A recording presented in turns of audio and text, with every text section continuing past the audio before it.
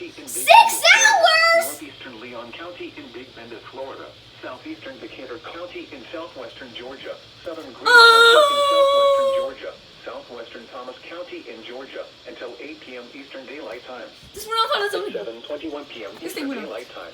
Severe thunderstorms were located along a line extending from Oh! miles Oh, the southwest 259! of Thomasville to near Havana, moving east at 15 miles per hour. This one Hazard, 60 miles has per 45 hour minutes on it. gust. Radar I'm just packing that thing. impact. Entries. Oh my god! Oh my god! Locations impacted include Havana, Thomasville, Tallahassee, Oh my god! The first floor on the Florence, 382! Scotland, Jameson, Rocky Hill, Iamonia, Lake Cat. Oh my, I'm just confused here. The 261 and the 382 received it for 6 hours. This one received it for 45 minutes. For your protection, move to an interior room on the lowest floor of a building.